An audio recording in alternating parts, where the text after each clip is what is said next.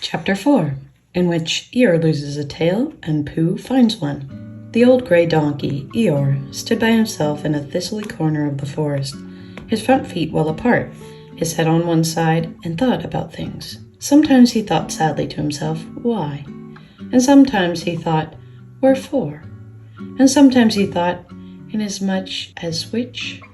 And sometimes he didn't know what he was thinking about.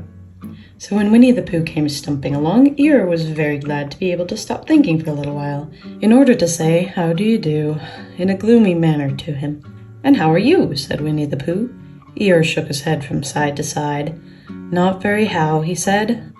I don't seem to have felt at all how for a long time. Dear, dear, said Pooh. I'm sorry about that. Let's have a look at you. So Eeyore stood there, gazing sadly around, and Winnie-the-Pooh walked all round him once. Why, what's happened to your tail? He said in surprise. What has happened to it? Said Eeyore. It isn't there. Are you sure? Well, either a tail is there or it isn't there. You can't make a mistake about it, and yours isn't there. Then what is? Nothing. Let's have a look, said Eeyore, and he turned around slowly to the place where a tail had been a little while ago, and then, finding that he couldn't catch it, he turned around the other way, until he came back to where he was at first. And then he put his head down and looked between his front legs, and at last he said, with a long, sad sigh, I believe you're right. Of course I'm right, said Pooh. That accounts for a good deal, said Eeyore gloomily. It explains everything. No wonder.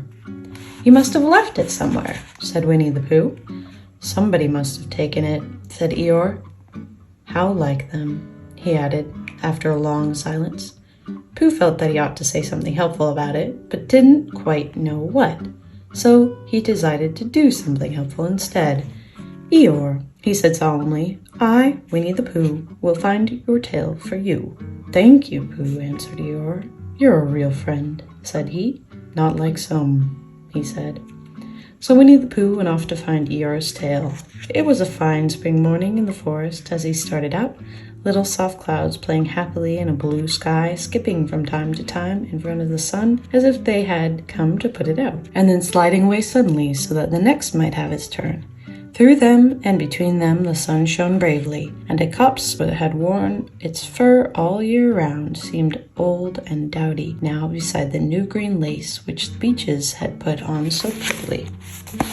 Through copse and spinney marched Bear, down open slopes of gorse and heather, over rocky beds of streams, and up steep banks of sandstone into the heather again, and so at last, tired and hungry, to the 100-acre wood.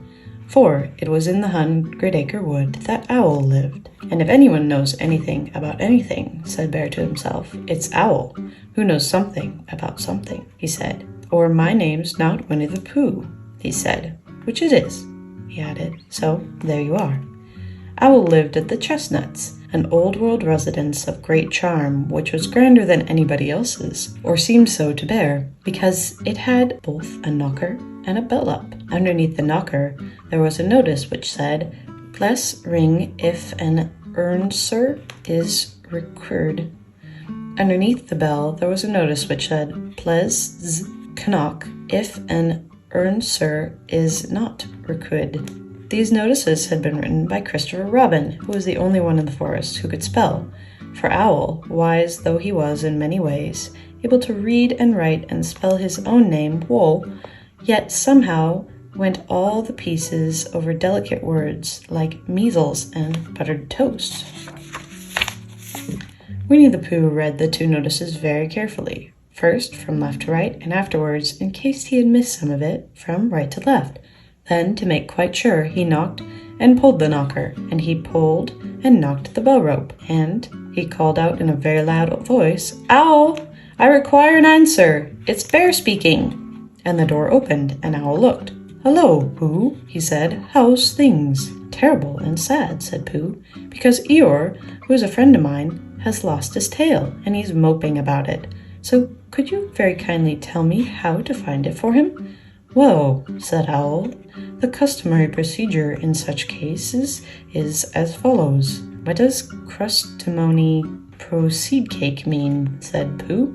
For I am a bear of very little brain, and long words bother me. It means things to do. As long as it means that, I don't mind, said Pooh humbly. The thing to do is as follows. First, issue a reward. Then, just a moment, said Pooh, holding up his paw. What do we do to this? What you were saying? You sneezed, just as you were going to tell me. I didn't sneeze. Yes, you did, Owl.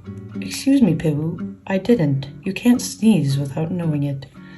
Well, you can't know it without something having been sneezed. What I said was, first issue a reward. You're doing it again, said Pooh sadly. A reward, said Owl very loudly. We write a notice to say we will give a large something to anybody who finds Eeyore's tail. I see, said Pooh, nodding his head. Talking about large somethings, he went on dreamily. I generally have a small something about this time in the morning, and he looked wistfully at the cupboard in the corner of Owl's parlor. Just a mouthful of condensed milk, or what now, with perhaps a lick of honey. Well then, said Owl, we will write out this notice, and we will put it up all over the forest. A lick of honey, Bear murmured to himself, or not, as the case may be, and he gave a deep sigh, and tried very hard to listen to what Owl was saying. But Owl went on and on, using longer and longer words, until at last he came back to where he started, and explained that the person to write out this notice was Christopher Robin. It was he who wrote the ones on my front door for me. Did you see them, Pooh? For some time now, Pooh had been saying yes and no, in turn, with his eyes shut, to all that Owl was saying, and having said yes last time, he said no, not at all, now, without really knowing what Owl was talking about. Didn't you see them? Said Owl, a little surprised. Come and look at them now. So they went outside, and Pooh looked at the knocker and noticed below, and he looked at the bell rope and the notice below, and the more he looked at the bell rope, the more he felt that he had seen something like it somewhere else, some time before. Handsome bell rope, isn't it? Said Owl. Pooh nodded. It reminds me of something, he said, but I can't think of what. Where did you get it? I just came across it in the forest. It was hanging over a bush, and I thought at first somebody lived there, so I rang it, and nothing happened. And then I rang it again, very loudly, and it came off in my hand. And as nobody seemed to want it, I took it home, and— Owl, said Pooh solemnly, you made a mistake. Somebody did want it. Who? Eeyore, my dear friend Eeyore. He was fond of it. Fond of it? Attached to it, said Pooh sadly. So, with these words, he unhooked it and carried it back to Eeyore, and when Christopher Robin had nailed it on in its right place again, Eeyore frisked about the forest, waving his tail so happily that Winnie-the-Pooh came over all funny, and had to hurry home for a little snack of something to sustain him. And wiping his mouth, half an hour afterwards, he sang proudly to himself, Who found the tail? I, said Pooh, at 1:45. Only it was 1:45, really. I found the tail.